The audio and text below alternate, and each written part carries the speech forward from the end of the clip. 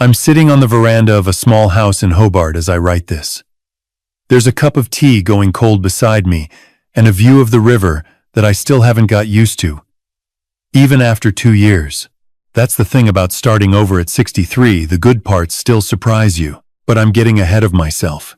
Let me start where it actually started. On a Tuesday morning in March, standing in the kitchen of a house I'd spent 22 years paying off, watching my wife of 26 years tell me she didn't love me anymore. Her name was Miriam. We met when I was in my mid-30s, working as a structural engineer for a firm in Brisbane. She was sharp and funny, and made me feel like the most interesting bloke in any room.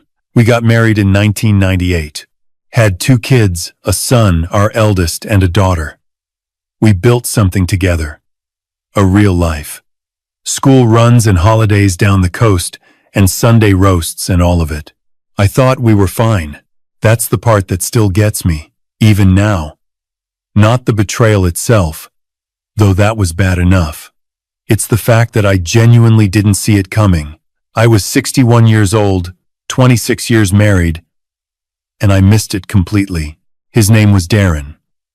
He was 44 and ran a landscaping business.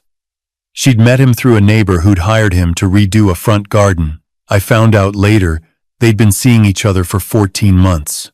14 months, she told me on that Tuesday. Calmly, like she'd rehearsed it. She said she wanted a divorce, that she'd already spoken to a solicitor, and that Darren was going to be moving into a rental nearby, so the transition would be smooth. Smooth. I remember standing there with a piece of toast in my hand, half-eaten, and not being able to say a single word. Which is not like me. I've never had trouble with words.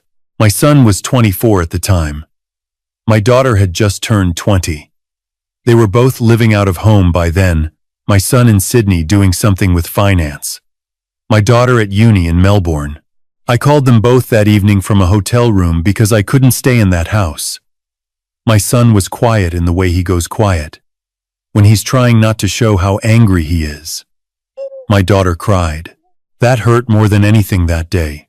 The divorce took 8 months. Miriam's solicitor was efficient, and so was mine. And at the end of it, I walked away with enough to have options, but not enough to feel like I hadn't lost something. The house sold. She moved Darren in within a fortnight of settlement. I heard about it from a neighbor who sent me a text with what I can only describe as enthusiasm I did not ask for. I was 61. Newly single, in a Brisbane apartment that smelled of fresh paint, and I had absolutely no idea what to do next. What I did, for about 6 months, was very little. I went to work. I came home. I cooked badly and watched too much cricket and had long phone calls with my daughter that usually ended with her saying, "Dad, you need to do something. Anything." She was right. But when you've organized your entire adult life around one person and one household and one shared future, the absence of all that doesn't just leave a gap. It leaves a kind of fog. You walk around in it and you can't quite locate yourself. My son was less patient. He'd driven up from Sydney twice in those months, and both times he'd spent most of the visit on his phone, which I tried not to take personally. He seemed fine with the situation in a way that bothered me slightly. Not that he sided with his mother, he didn't say anything like that, but there was a flatness to his reactions that made me wonder what exactly he knew and when. I found out later that he'd met Darren at a barbecue Miriam had hosted about 2 months after settlement. He hadn't mentioned it to me. That stung. More than I expected it to. My daughter found out the same way I did from a cousin who'd also been there. She called me immediately, furious on my behalf, which was both touching and a little alarming given that she was in the middle of exams. I told her not to say anything to her brother. I wanted to understand it myself before I turned it into something. A mate of mine from my early engineering days, I'd known him for nearly 30 years, a Scotsman who'd ended up in Australia in his 30s and never quite left, sat me down one evening over a beer and said something I didn't appreciate at the time. He said, "You're waiting for someone to tell you what to do next. No one's coming, mate. You've got to decide. His name was Alistair. He was a good man. He was also right. I spent about 3 weeks after that conversation thinking seriously about what I actually wanted. Not what I should want. Not what seemed reasonable given my age and circumstances. What I genuinely wanted. If the answer could be anything. I wanted to leave Brisbane. I'd lived there for nearly 30 years by that point. I was tired of the heat, tired of running into people who knew Miriam and me as a pair and now looked at me with that particular expression, somewhere between sympathy and discomfort that you get when you've become the cautionary tale in your own social circle. I'd had a standing offer from a smaller consultancy in Hobart that I'd knocked back twice over the years because the timing was never right. I rang them on a Thursday afternoon, mostly expecting them to say the position had long since been filled. They hadn't filled it. They said they'd been hoping I'd change my mind. I don't know if that was true or if they were just being polite. But either way, I took it. I gave notice on the apartment. I sold most of what was in it. I kept a ute load of things that actually meant something, my father's woodworking tools, some books, a painting my daughter had done in year 10 that I'd always thought was better than she believed it to be, and I drove south. Miriam found out I was leaving through our son. She sent me a text. It said, "I hope you find what you're looking for." I didn't reply. I'm not sure there was anything appropriate to say. The work in Hobart was good. Smaller projects than I'd been used to, but more interesting in a way. Older buildings. More complicated briefs. Clients who'd lived in the same house for 40 years and cared deeply about getting it right. I liked the pace of the city. I liked the cold. I liked that no one knew me. I rented a place in Battery Point for the first year and spent a lot of time walking, which I'd never been much of a walker before.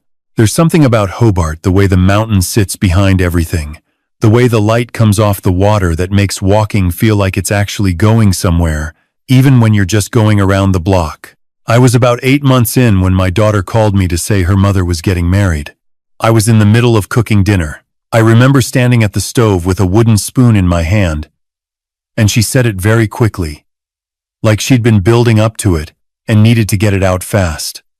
Mum and Darren are engaged. They're having a wedding in April. They want us both there. I don't want to go, but I also feel like I have to, and I need to know what you think. I turned the gas off. I sat down. The thing was, I wasn't surprised. I'd known in some quiet part of myself that this was coming. What I hadn't anticipated was how it would feel when it did. It wasn't grief exactly. It was something older and stranger than that. Something like watching a door close permanently on a room you'd lived in for most of your adult life. You don't want to go back in. You just register the sound. I told my daughter to do what felt right to her, not what felt obligatory. I told her that her relationship with her mother was hers to navigate, and I wasn't going to make it complicated by having opinions about a guest list. She was quiet for a moment. Then she said, "They've invited Darren's business partner as a groomsman. The same bloke who was at Mum's barbecue in October. The one Josh came to. Josh was my son." I said, "Your brother made his own choice there. I'm not going to hold that against him." She said, "I'm not going to the wedding." I didn't try to talk her out of it. Alistair rang me about a week later. He'd heard through mutual friends, Brisbane's social world being smaller than it appears, that the wedding was happening and that it was going to be quite the occasion. Miriam had always liked occasions. There was going to be a winery venue and a string quartet and about 120 guests. He asked me how I was holding up. I told him honestly. I said the wedding didn't bother me as much as I'd expected. What bothered me was my son. What bothered me was the feeling that somewhere in the last year, I'd lost not just a marriage but a small piece of the family I'd thought I understood. Alistair said, "Have you spoken to Josh directly about the barbecue?" I hadn't. I'd been telling myself I was giving him space. But that wasn't entirely true. The truth was, I was afraid of what he'd say. Or more accurately, I was afraid of what I'd say in response. I called Josh the following Sunday. I kept it simple. I said I knew he'd been at the barbecue. I wasn't angry, and I just wanted to understand where he was at. He was quiet for a long time. Then he said, "I didn't know how to tell you." And then it felt too late to tell you. And then Mum asked if we could all just try to move forward normally, and I thought. He stopped. "You thought it was easier to go along with it," I said. "Yeah, I'm not going to pretend that didn't hurt," I told him. "But I'm also not going to make it bigger than it needs to be. You're my son. That doesn't change, but I need you to be straight with me from now on. That's all I'm asking." He said he would be. We didn't talk for long after that. But something shifted. He started calling more regularly, and the calls started feeling like actual conversations again rather than check-ins. The wedding was on a Saturday in early April. I knew the date because my daughter had told me, and I'll be honest, I was aware of it. I wasn't watching the clock or anything like that, but I was aware. I'd made plans that day. Gone for a long walk up through the bush near the mountain. Had lunch alone at a place I liked near the waterfront. Called my daughter in the evening. She was at a friend's place in Melbourne and sounded lighter than I'd expected, which was a relief. She said, "You sound good, Dad." I said, "I am good," and I meant it. Now. Here is where things took a turn I didn't engineer and couldn't have predicted. There was a man in my professional circle, a building solicitor I'd worked with a few times, older than me by about 5 years. Very dry sense of humor. Knew everyone in Tasmania and half of Victoria. I'll call him by his full name because he's earned it. Edwin Farquhar. Edwin was not the kind of man you rang for small talk, but he was the kind of man who, if he rang you, you paid attention. He called me on the Monday after the wedding. He said, "I hear your ex-wife got married Saturday." I said, "You move fast, Edwin." He said, "Brisbane isn't that far away. I've got a colleague up there." He paused. "Something happened at the wedding. I thought you should hear it from me before it gets to you sideways." I poured myself a glass of water and sat down. "Go ahead. What happened?" And Edwin gave it to me in his precise, measured way. The way he explained everything was this. Darren's best man had, during the speeches, decided to tell a story about Darren that was meant to be funny. It was the kind of story best men tell when they've had a few and haven't quite thought it through. It involved a woman Darren had apparently been seeing in the Sunshine Coast in the 18 months before he'd met Miriam. The story was meant to illustrate how Darren had finally settled down. What the best man had not accounted for, what it seems Darren himself had not accounted for, was that the woman in question had a sister, and that sister was at the wedding. She was a friend of Miriam's, a woman who'd been in Miriam's friendship group for years, and whom Miriam had invited without knowing the connection. The sister stood up. She didn't make a speech. She didn't shout. She simply said, in the way that women who are genuinely angry can sometimes speak with absolute clarity, that the story the best man had just told wasn't quite how it went, and that her sister hadn't been the only one, and that perhaps the groom might like to address that before they all raised a glass. The room, by all accounts, went very quiet. Edwin didn't know everything that happened after that. He knew that Miriam had left the room. He knew that Darren had attempted some kind of explanation that hadn't gone well. He knew the evening had ended early. I sat with the phone in my hand for a moment after Edwin finished. "I didn't arrange that," I said. "I know you didn't," Edwin said. "That's why I'm telling you. Because you should know that sometimes things resolve themselves without any help from you. I want to be clear. I did not feel good about what happened to Miriam that day. I know some people in my position might. I understand that impulse, but standing where I was standing 2 years out, in a life that had genuinely become my own, it just felt sad. It felt like the ending of something that had already ended, and the echo of it reaching further than it needed to. I sent her no message. There was nothing useful to say. What I did do, that evening, was call my daughter. Not to tell her what had happened, I didn't want to make her feel any particular way about her mother, but just to talk. We ended up on the phone for nearly 2 hours. She told me about her thesis. I told her about a building I was working on in the old part of the city. At some point she said, "I'm glad you moved, Dad. You're more yourself than you've been in years." I thought about that for a long time after we hung up. There are things I know now that I didn't know when I was standing in that kitchen with a piece of toast in my hand. Things I wish someone had told me, though I'm not sure I would have listened. One is this: the version of yourself that exists inside a long marriage, the one that organizes itself around another person, that measures itself by what the other person needs and thinks and wants, that version isn't entirely real. It's a collaboration. And when the collaboration ends, you have to do the uncomfortable work of figuring out who you actually are when no one else is defining the shape of you. That work is hard. But it's also, in ways I didn't expect, interesting. Another thing is this: your children are separate people with separate allegiances and separate fears, and they are going to navigate a divorce in ways that will sometimes disappoint you and sometimes surprise you. The only thing worth doing is leaving the door open. Always. Even when it's hard. Especially when it's hard. My son and I are not where I want us to be yet, but we're further along than we were. I'll take that. The last thing, and this is the one I think about most, is that time passing is not the same as time being wasted. When I was in that apartment in Brisbane, going to work and coming home and watching too much cricket, it felt like the weeks were just moving through me without leaving anything behind. But they were leaving something. They were leaving me with the knowledge of what I didn't want my life to look like. And that knowledge, eventually, is what drove me south. I am 63 years old. I live in a small house in Hobart with a view of the Derwent River. I go to work on buildings that have been standing longer than I've been alive. I walk most mornings.